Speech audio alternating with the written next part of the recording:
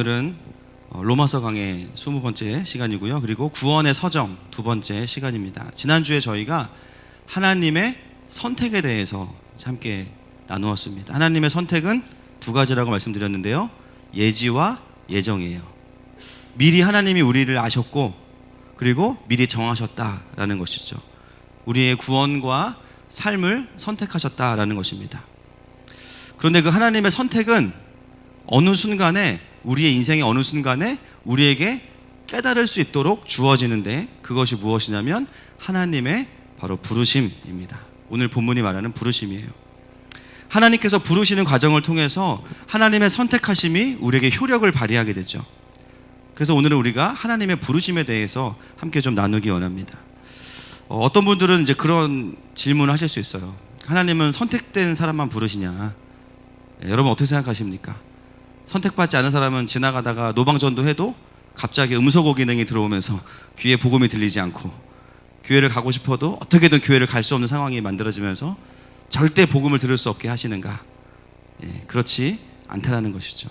마태복음 22장 14절 말씀 같이 읽겠습니다. 시작. 청함을 받은 자는 많되 택함을 입은 자는 적으리라. 아멘. 마태복음 22장은 그 혼인잔치에 이제 초청받은 사람들의 이야기입니다. 그 중에는요, 길거리에 나가서 모든 사람들을 다 초청해 와요. 그런데 그 중에서 제외되는 사람이 생기는데, 어떤 사람이냐면 본문에 보면 예복을 입지 않은 사람은 다시 잔치에서 제외가 됩니다. 그래서 혹시 자기는 좋은 옷이 없어서 구원받지 못하나, 여러분 그런 의미가 아니죠. 예복을 입었다는 것은 무엇을 의미하냐면 그것이 잔치인 것을 확인하고 잔치에 합당하도록 반응한 사람을 의미합니다. 구원에 대한 초청이 있지만 그 초청에 대해서 반응한 사람이 예복을 입은 사람이에요. 하나님의 선택하심과 이 부르심의 효력은 놀랍게도, 신비롭게도 그 부르심을 받은 자들의 자발적 동의를 통해서 확인이 됩니다. 강제적인 게 아니라요, 마음에 자원하는 마음이 생기면서 동의하게 되고 그것을 내 마음에 받아들이게 되면서 하나님이 부르셨음이 증언되고 또 증명이 되어지는 것입니다. 놀라운 것은 하나님의 주권과 우리의 선택이 충돌하지 않는다는 거예요. 여러분 이해가 되십니까? 저는 안 되는데요. 이해가 되시는군요. 여러분 이것은 우리의 차원이 아닙니다. 사실은 이것은 하나님의 차원이기 때문에 우리는 신비로 맡겨드릴 수밖에 없어요. 우리가 다 이해할 수 없어요. 우리가, 여러분 생각해 보세요. 저보다 좀 더 공부 많이 한 분 논문만 읽어도 막 머리가 아프고, 그죠? 멀미가 나고 막 그러는데 우주를 다스리시는 하나님의 차원을 어떻게 이해하겠어요? 중요한 것은 뭐냐면 하나님의 주권과 우리의 자유의지가 충돌하지 않는 것을 그냥 믿는 것입니다. 믿으실 수 있기를 축복합니다. 그럼 믿는 거예요. 그러면 또 고민이 생기죠. 선택은 받았는데 부르심을 못 받으면 어떡하나, 이런 고민이 생길 수 있습니다. 여러분 오늘 우리가 읽은 본문 30절과 29절을 보시면 원어로 보면요, 문장이 도치가 되어 있는데 목적절이 앞으로 나와 있습니다. 굳이 원어까지 안 가도 영어 성경 NASB만 봐도, NASB 가진 분들 보시면 관계대명사 목적절이 앞으로 도치되어 있어요. 여러분 그게 무엇을 의미합니까? 중요하다는 거죠. 여러분 구원을 하시는 주체인 하나님을 강조하지 않고 문장에 무엇을 강조하고 있냐면 구원받는 우리, 미리 아심을 받은 우리, 택함받은 우리를 계속해서 문장의 앞에 두면서 강조하고 있어요. 여러분 이 로마서가 우리에게 무엇을 이야기하고 있습니까? 선택된 자들은 그대로 한 명도 빠짐없이 영화롭게 되는 것까지 보존되어진다는 것을 선포하고 있습니다. 그러므로 선택을 받았는데 부르심을 받지 못한 사람은 한 사람도 없어요. 동의하십니까? 오늘 본문은 그것을 말하고 있습니다. 하나님께서 구원하기로 작정한 사람은 한 사람도 빠짐없이 다 구원하시는 거예요. 그러므로 여러분 구원받은 백성들은요, 중간에 내가 저기 천국 가다가 혹시 탈락하는 거 아닐까? 여러분 우리의 여정은 K-팝 스타가 아니에요. 오디션 프로그램이 아니에요. 주님이 부른 사람은 끝까지 주님이 데려가십니다. 아멘이십니까? 그러므로 우리가 어디에 집중해야 되냐면요, 나 이러다 지옥 가는 거 아니야? 여기에 집중하지 마시고 이 부르심의 과정을 잘 누리면서 따라가는 게 중요해요. 할렐루야. 하나님의 마음이 어디에 있는지, 내가 어떤 삶을 살아야 되는지, 무엇이 그리스도인의 영광인지, 이 하나님께서 말씀하시는 영광스러운 것들을 보면서 따라가는 것, 그것이 그리스도인의 구원의 여정입니다. 하나님의 부르심은 직접적으로는 우리가 복음을 듣고 영접하는 구원에 대한 부르심이 첫 번째입니다. 그런데 거기서 끝나지 않아요. 하나님의 부르심은 훨씬 더 넓은 의미를 가지고 있습니다. 베드로전서 2장 9절 말씀 같이 읽겠습니다. 시작. 그러나 너희는 택하신 족속이요 왕 같은 제사장들이요 거룩한 나라요 그의 소유가 된 백성이니 이는 너희를 어두운 데서 불러내어 그의 기이한 빛에 들어가게 하신 이의 아름다운 덕을 선포하게 하려 하심이라. 아멘. 여러분, 방금 읽은 말씀에 보면 어두운 데서 불러내어 우리를 기이한 빛에 들어가게 하신 이의 아름다운 덕을 선포하게 하려 하심이라. 우리를 부르신 목적은요, 천국 가는 것만이 다가 아니라 우리를 통해서 훨씬 더 하는 일이 많으시대요. 그분의 아름다운 덕을 선포하게 하신대요. 매우 풍성한 의미를 가지고 있는 것이 하나님의 부르심입니다. 그냥 구원받고 너 이제 천국 가니까 나는 몰라, 잘 지내, 천국에서 보자, 이렇게 하시지 않는 거예요. 구원을 받았을 뿐만 아니라 구원받고 살아가야 되는 이 땅에서의 모든 인생이 다 하나님의 부르심 안에 있다라고 본문은 이야기하고 있습니다. 그래서 오늘은 우리가 이 부르심에 대한 이야기들을 좀 실제적인 우리의 케이스들을 가지고 차근차근 좀 짚어가 보겠습니다. 제일 먼저는 이제 구원으로의 부르심이죠. 여러분, 구원의 확신이 있으십니까? 네. 유치하지만 나는 지금 죽으면 천국 간다. 손 들어보세요. 네. 이거 50%도 안 드셨어요 지금. 이러면 제 목회가 뭐가 됩니까? 여러분 도와주십시오. 이건 아니지 않습니까?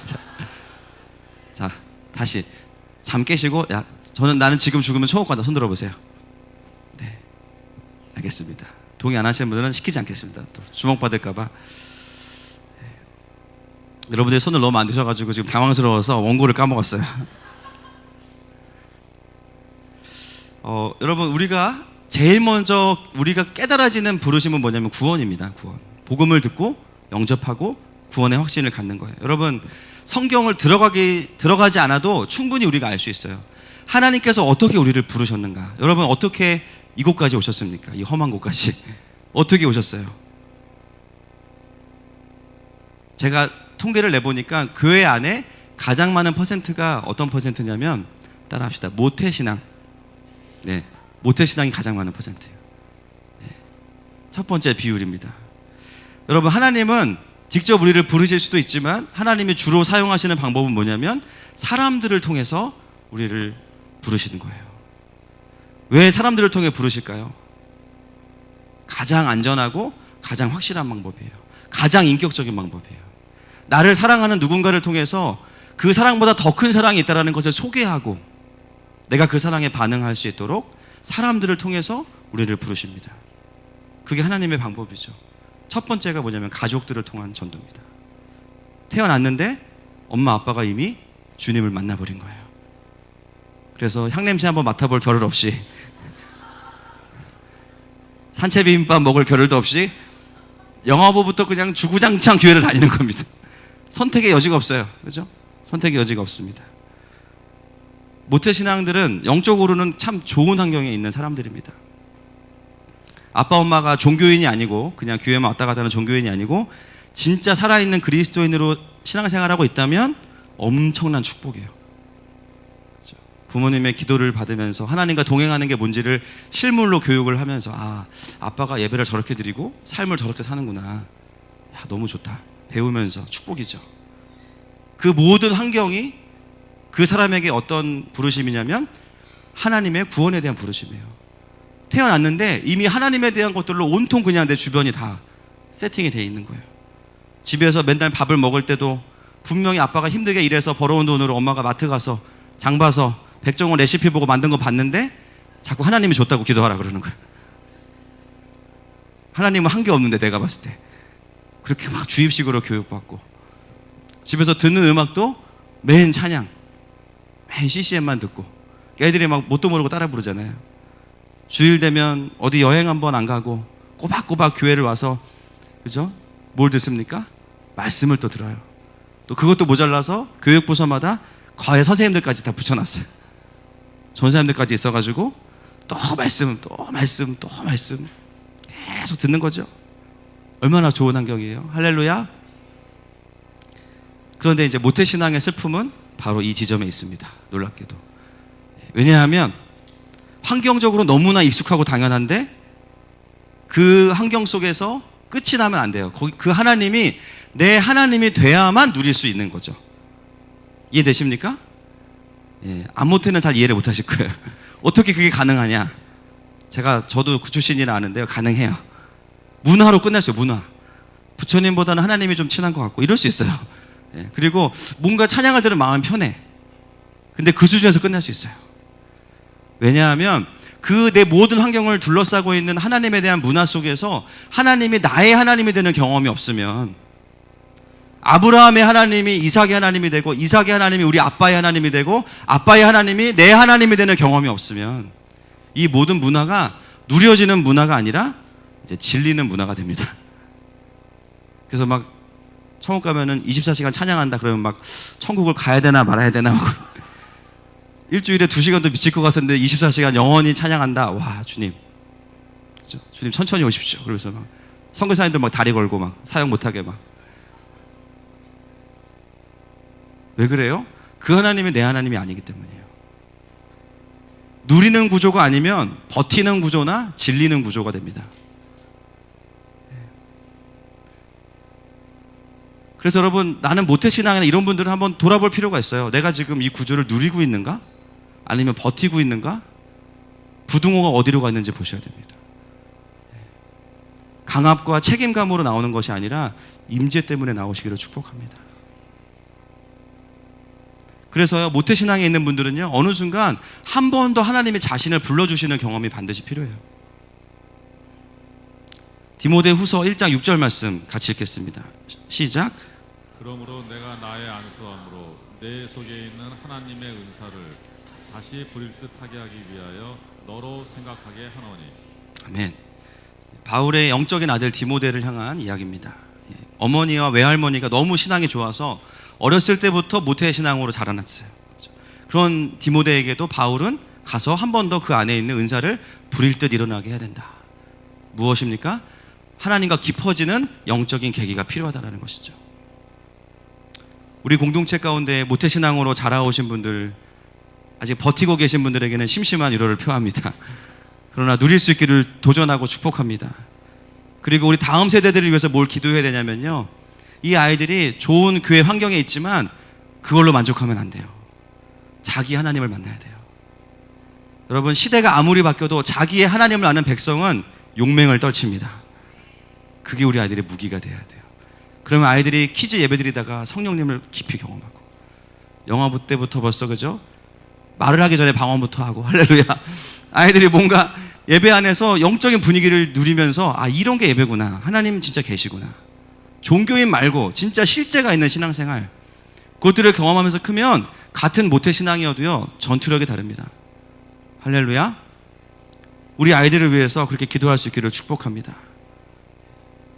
그래서 여러분, 믿음의 가정을 주신 것은, 믿음의 부모님을 주신 것은 부담스러운 거나 억지스러운 것이 아니라 하나님이 나를 잘 아시는 거예요. 이렇게 안 하면 얘는 교회 안 가니까 아예 믿는 집에 보내버리자, 딱 그래가지고 선택의 여지를 딱 주지 않고. 하늘마음교회 모든 모태신앙들은 구원의 감격을 누릴지어다, 하나님과 인격적으로 친해질지어다. 하나님이 그렇게 부르고 계신 거예요. 왜 너희 아빠 엄마가 교회를 이렇게 열심히 다니겠냐? 내가 너를 만나고 싶다, 그렇게 말씀하시는 거죠. 두 번째는 어떤 경우냐면, 모태신앙은 아니지만 가족 중에 믿는 사람이 생기는 경우입니다. 믿는 사람이 생기는 경우, 제대로 믿는 사람이 생기는 경우, 뒤늦게 가족 중에 누군가가 예수님을 만나는 경우예요.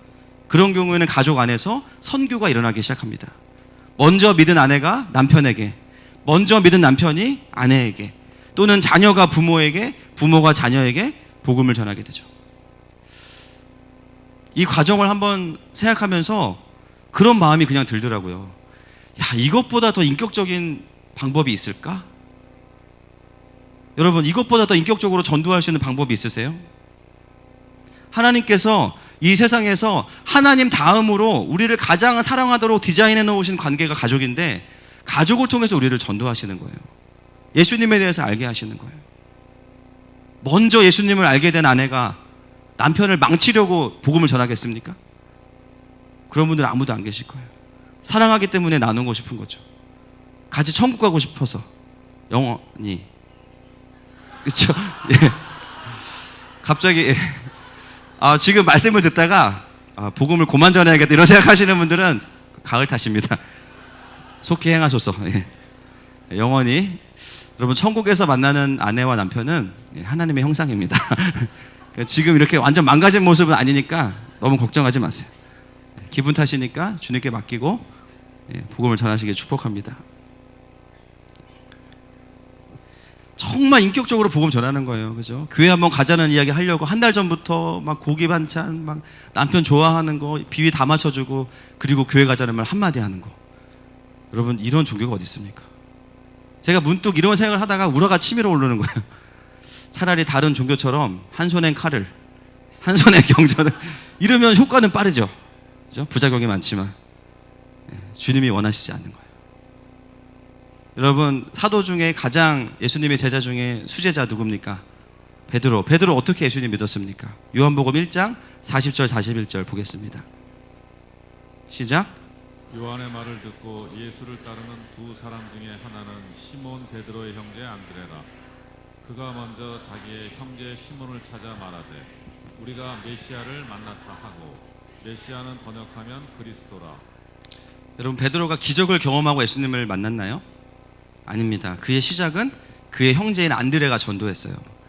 와서 보라는 말 한마디 듣고, 와서 교회 밥 한번 먹어봐, 예배 한번 드려봐 하고 인격적으로 전도돼서 온 거예요. 그리고 예수님을 두 번, 세 번 만나면서 마음이 열려서 예수님을 따라다니다 보니까 하나님의 일하심을 경험한 거죠. 자신의 장모님도 고쳐주시고, 무리를 걸으시는 예수님도 만나고, 만선의 기적도 경험하고. 할렐루야. 처음부터 대단한 영적인 체험을 한 거 아닙니다. 그래서 모태신앙들이 항상 꿀리는 부분이 그런 부분이죠. 누가 뭘 봤네 그러면, 야, 나는 20년 넘게 다녔는데 뭘 본 적이 한 번도 없어. 그래서 꿈만 꾸고 예배 시간에 맨날 뭐 꿀리는 거야. 뭐 방언 받았네. 야, 나는 한글 기도도 5분 하면 기도할 게 없는데 어떻게 저렇게 1시간 동안 떠들지? 막 그러면서 부러워하고. 처음부터 대단한 영적인 체험을 한 게 아니에요. 주님을 따르다 보면 일하심을 경험합니다. 아멘이십니까?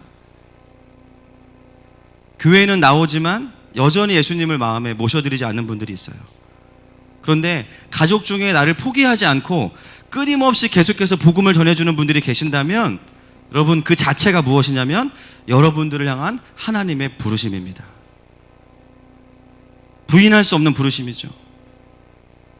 그 부르심의 성령의 감동함이 모든 가족에게 임하기를 축복합니다. 그 다음이 누구냐면 가족 다음으로 친구예요. 나는 친구 때문에 이렇게 됐다. 손 들어보세요. 많네, 여기. 희생자들 많아요. 친구 잘못 만나서 강남 가게 천국 가신 거예요, 지금. 내가 사랑하는 친구들을 통해서 복음을 접하게 됩니다. 왜요? 가족 다음으로 신뢰하는 관계이기 때문이에요. 하나님은 가족들이 아니라면 친구들을 통해서 우리를 부르십니다. 원리는 똑같아요. 사랑의 코드로 우리에게 복음을 전달해 주시는 거예요. 성경에 보면 가족을 제외한 모든 전도는 거의 다 친구를 통한 우정전도죠. 생각해 보십시오. 노방전도도 우정전도예요. 지나가다가 저기요 10분만 시간 되십니까? 그 말을 듣고 멈출 수 있다는 건 뭐냐면요, 그 음성 안에 뭔가 신뢰가 생겼다는 거죠. 짧은 시간이지만. 그래서 복음을 듣게 되고 예수님을 믿게 되는 거예요. 여러분, 살아오시면서 개인적으로는 다를 수 있지만 돌아보시면 모태신앙이 아닌 이상은 적어도 내 주변에 예수님을 제대로 믿는 친구들이 한두 명 있었기 때문에 여러분 여기까지 오신 겁니다. 우연일까요? 하나님의 부르심일까요? 하나님의 부르심이에요. 한 번 듣고 안 되면 2번, 3번, 4번. 한 사람이 예수님을 믿기 위해서 몇 번 들어야 될지 몰라요. 우리 오늘 등록한 기중형제 한 번 듣고 영접했어요. 진짜 부러워요. 어떤 분들은 수백 번 듣고도 아직도 모르겠다 그런 분들이 있는데, 여러분, 전도에는 실패가 없습니다. 할렐루야. 그 사람이 10번 듣고 믿을지 5번 듣고 믿을지 어떻게 알아요? 나는 그 중에 3번째를 내가 채우는 걸 수도 있죠. 시큰둥해도. 그리고 내가 5번째에 걸리면 할렐루야, 같이 영접하고 새 생명이 탄생하는 현상을 보는 것입니다.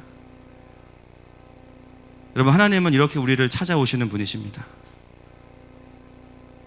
그리고 사람을 통해서 안 되는 경우에는 어떻게 하시냐면 직접 찾아오십니다. 성경의 대표적인 사람 누가 있냐면요, 사도 바울입니다.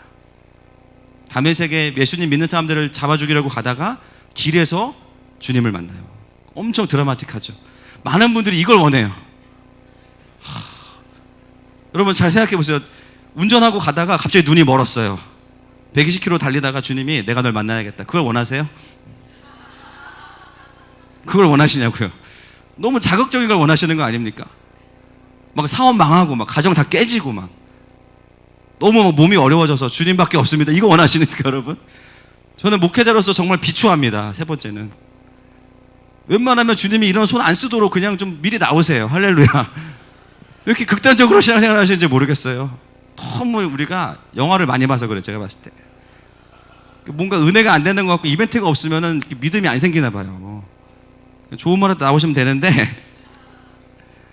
항상 그래서 이런 분들이 간증을 많이 하다 보니까 저렇게 안 만나면 없나 보다 이렇게 생각하시는 것 같아요. 진짜 기적은요, 교회 한 번도 안 나가본 분이 교회 한 번 나와서 영접하는 거, 진짜 기적 아닙니까? 그리고 예수님을 알아가고 닮아가다가 하나님의 일하심을 경험하고 점점 깊어지는 거, 이게 기적이죠. 제가 아는 어떤 분은 공직에 출마했다가 이 득표율이 몇 %가 안 돼가지고요, 그 투자한 돈을 회수를 못 받았대요. 그래서 집안 완전히 그냥 살림을 다 이제 날리시고 옥탑방에서, 화장실도 없는 옥탑방에서 혼자 사시다가 가족은 다 흩어지고 본인이 이제 죽어야 되는데 죽으려고 했는데 너무 목이 마르더래요.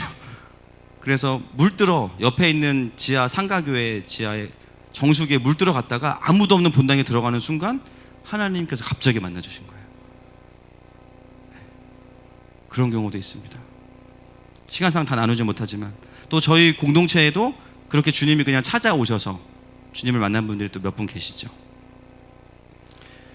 하나님은 우리를 부르실 때 특별한 방법이라기보다는 보편적인 방법으로 부르세요. 인격적인 방법으로 부르십니다. 여기 계신 분들이 대부분 다 그렇게 하나님이 불러주신 분들이세요. 할렐루야. 근데 놀라운 점은 무엇인지 아십니까? 구원받을 때의 방법과 회복할 때의 방법이 똑같아요. 오랫동안 신앙생활에 침체가 있던 분들이 어떻게 회복하는가? 가족, 친구, 강권적인 하나님을 찾아오시오. 똑같은 방법으로 구원도 받고 회복도 받는 거예요. 하나님은 동일하신 하나님이십니다. 오랜 침체와 방황 가운데 있던 우리도 다시 인격적으로 불러주시는 하나님이시죠. 그 하나님의 부르심은 절대 구원으로만 끝나지 않습니다. 하나님은 우리를 구원받은 하나님 나라의 백성의 사명을 주십니다. 빌립보서 3장 14절 말씀 같이 읽습니다. 시작. 그때를 향하여 그리스도 예수 안에서 하나님이 위에서 부르신 부르심의 상을 위하여 달려가노라. 아멘. 바울의 고백이죠. 하나님께서 위에서 부르신 부름의 상을 위하여 달려가노라. 구원으로만 부르신 게 아니라 하나님께서 우리에게 원하시는 인생의 모습이 있으시대요. 우리의 인생을 향한 그림이 있으시대요. 할렐루야. 그 부름도 이 부르심 안에 있는 것이죠. 구원받은 우리가 바로 천국에 가지 않고 이 땅에 존재하고 있는 사명, 이유, 하나님께 있다는 것입니다. 그래서 여러분, 구원받은 백성들의 공통점은 뭐냐면 가르쳐주지 않았는데요, 그런 기도들을 하고 있어요. 주님, 제가 왜 살아야 됩니까? 제가 이 땅에서 무엇을 하기 원하십니까? 답이 있든 없든 그 고민과 기도가 한쪽에 계속 있어요. 내가 이 땅에서 살아야 되는 이유가 무엇인지에 대해서 계속해서 하나님을 향해서 질문합니다. 어떤 분들은 그런 게 안 보이는 분들도 있죠. 맨날 놀러 다니고 어떻게 하면 잘 먹고 잘 살 것인가, 노세 젊어서 놀아, 그렇죠? 근데 그것도 하루 이틀이잖아요. 다 아시죠?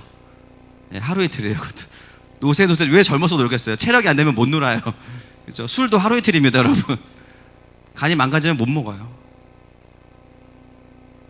근본적으로 구원받은 백성들은 그 모든 것과 상관없이 마음 깊은 곳에 뭐가 있냐면, 나를 이 땅에 보내신 하나님의 사명이 있으실 텐데, 설령 그걸 살아내든 살아내지 못하든, 오히려 살아내지 못할 때는 더 마음속에 부담이 와요.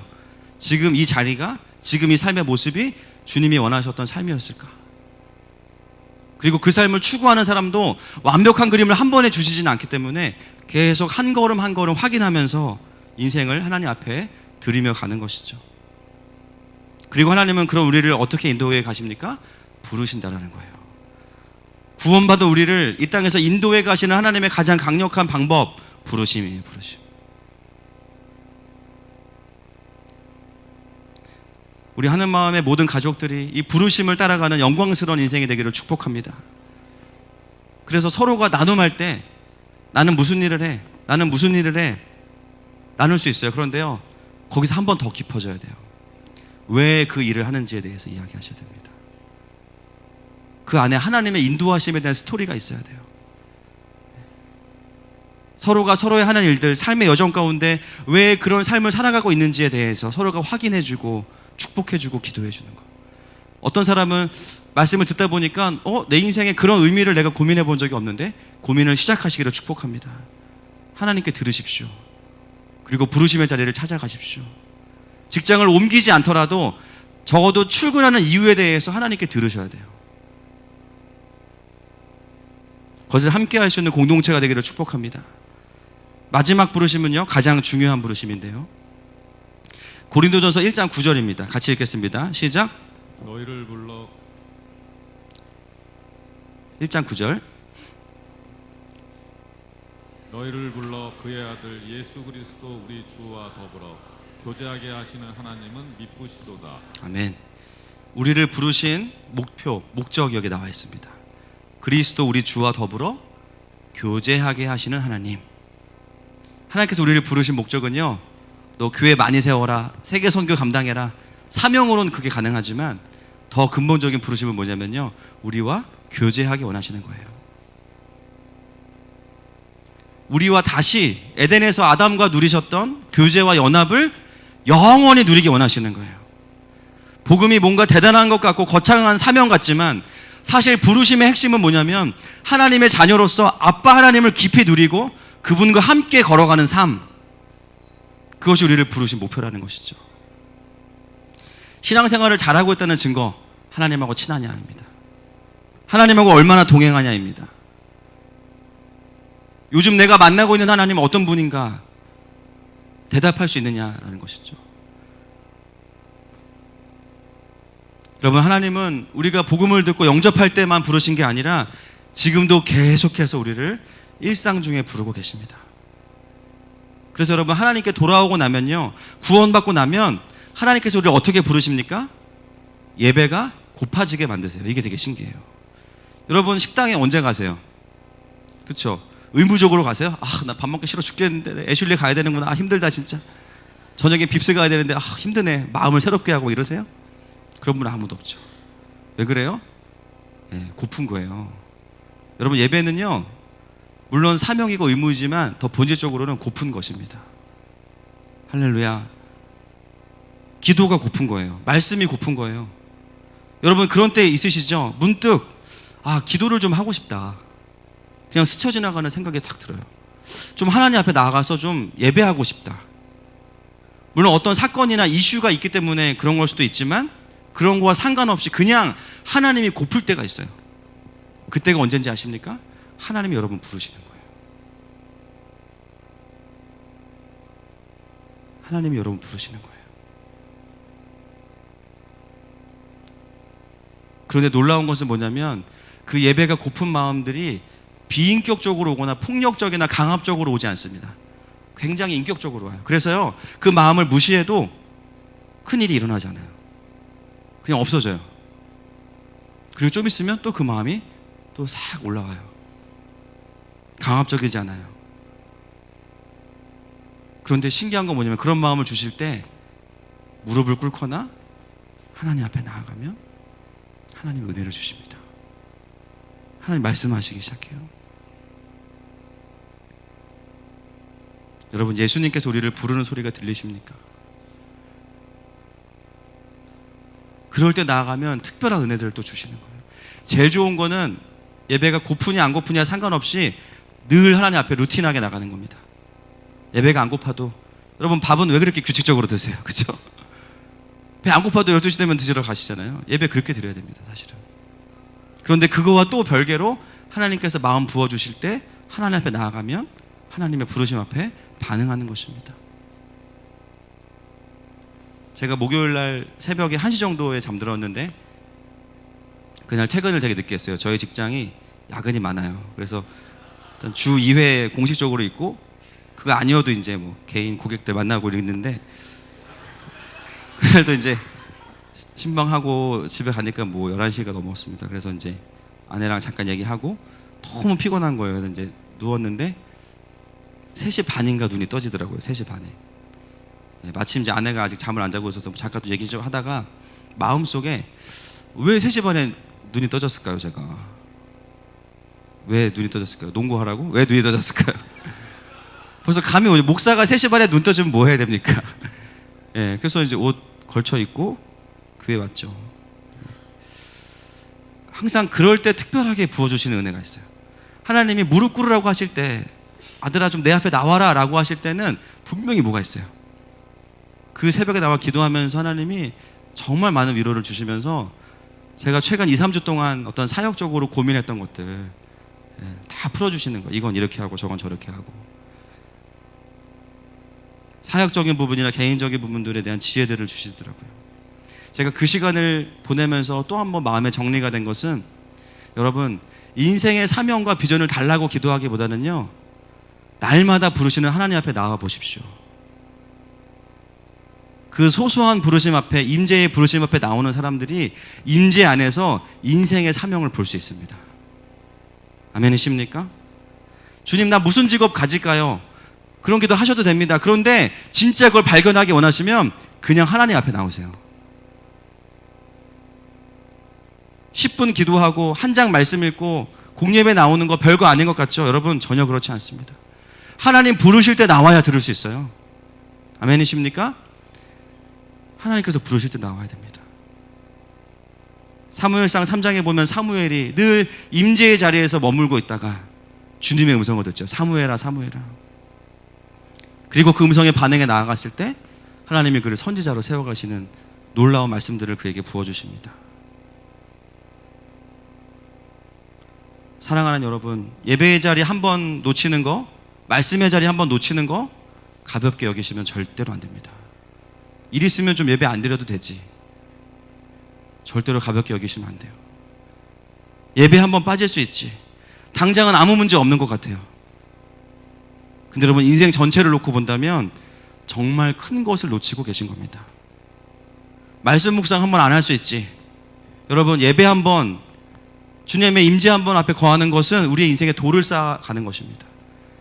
내가 일 있다고 안 하고 몇 주 빠졌다가 다시 나온다? 그 돌들 다 허물고 다시 쌓는 거예요. 신앙생활은요 한 방이 아니고요 하나님 앞에서 꾸준히 가는 것입니다. 할렐루야. 여러분 신앙의 대가들을 보세요. 한 번에 되는 사람 아무도 없어요. 어디 용한 기도원 가서 로또 맞지 마시고 그런 거 없어요. 여러분 날마다 하나님 부르실 때 반응하십시오. 하나님 부르실 때 나오십시오.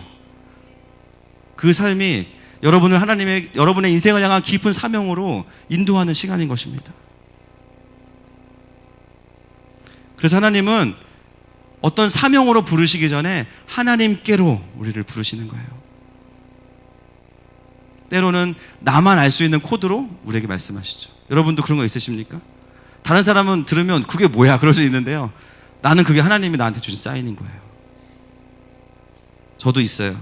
제가 몇 달 전에 금철 때 이야기했지만 종로김밥 기억나십니까? 저는 뭔가 좀 사역에 버겁거나 뭔가 좀 위로가 필요할 때 하나님이 이제 말씀으로도 위로를 해주시죠 당연히. 근데 늘 특정하게 그럴 때 항상 뭔가 먹고 싶은 음식이 있거든요. 항상. 근데 희한하게 뜻하지 않은 장소에서 그런 음식들을 먹게 하시는 거예요. 그때도 신우회 갔더니 처음 간 신우회에서 종로김밥이 나왔지. 종로김밥 먹고 싶어가지고 일주일 동안 막 찾아봤거든요. 별로 분당에 별로 없더라고요. 사실 이런 게 참 말하기에도 좀 그렇습니다. 다들 표정이 약간 무슨 동물원 고릴라 보듯이 저를 보고 계시죠.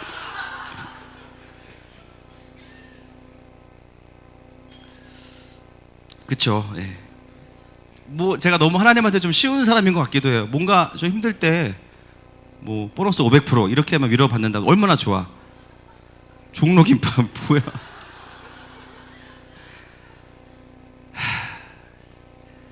이번 주도 사실 그런 일이 있었어요. 저는 뭔가 2, 3주 동안 결정할 게 많아서 막 기도하고, 제가 결정할 수 있는 게 아니니까 하나님 음성 들어야 되는데 막 다 결정하고 나니까 토요일인데, 이제 토요일 오전에 이사 신방이 잡혀서 갔습니다. 제가 이번 주 내내 뭐가 먹고 싶었냐면, 평소에 거의 먹지도 않던 곰탕이 그렇게 먹고 싶은 거예요.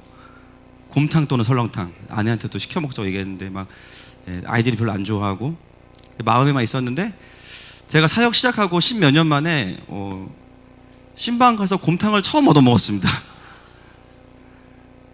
야, 기가 막히더라고요. 곰탕이 나온 거예요. 신방 갔는데. 제가 어떻게 했을까요? 주님한테 속으로 치 이렇게 했어요. 아, 이미 마음이 풀렸어. 그것 때문에 또 진짜 이렇게 쉬운 남자가 되면 안 되는데. 여러분, 하나님은 그 우리만의 언어로 우리에게 말씀하실 수 있어요. 우리만의 언어로, 나의 언어로 나에게 다가오셔서 부르실 수 있어요. 나만 알면 돼요. 여러분, 이보다 더 인격적인 하나님, 인격적인 신이 있겠습니까? 없습니다. 하나님은 저 여러분과 소통하기 위해서 최선을 다하고 계세요. 강제로 하셔도 되는데 그 하나님이 여러분에게 최선을 다하고 기다리고 계세요. 저는 그분을 이해할 수가 없어요.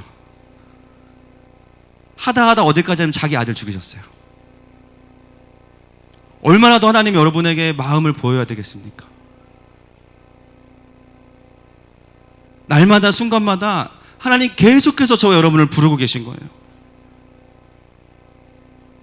말씀을 정리해 가기 원합니다. 혹시 여기 계신 분들 중에 예수님을 아직 믿지 않는 분들이 계신다면, 그런데 주변에 계속해서 복음을 전하는 자들이 있다면, 하나님이 여러분의 마음을 계속 노크하고 계신 겁니다. 그동안 오래 버티셨어요. 이제 그만 버티시고 마음의 문을 여십시오. 제가 믿어보니까 예수님 진짜 좋은 분이에요. 종로김밥도 사주시고 곰탕도 사주시고. 예수님 믿고 나면 더 좋아요. 할렐루야. 구원받은 하나님의 백성들은 어떻게 반응해야 되겠습니까? 나 이제 구원받았으니까는 곧만 부르셔도 됩니다가 아니라 오히려 날마다 우리를 부르시는 그분의 음성이 있습니다. 아들아, 내가 너랑 교제하고 싶다. 내가 너의 삶을 좀 함께 하고 싶다. 왜 그렇게 나에게 말하지 않니? 그 깊은 임재의 자리로 가게 될 때 큰 사명으로 하나님 또 인도하신 것입니다.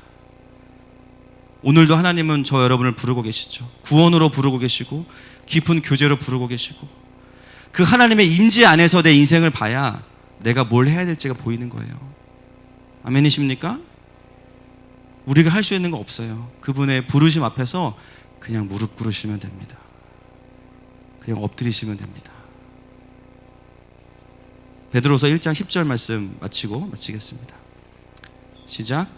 그러므로 형제들아, 더욱 힘써 너희 부르심과 택하심을 굳게 하라. 너희가 이것을 행한즉 언제든지 실족하지 아니하리라. 아멘. 부르심과 택하심을 힘써 지키는 것, 그것이 우리가 해야 될 것입니다.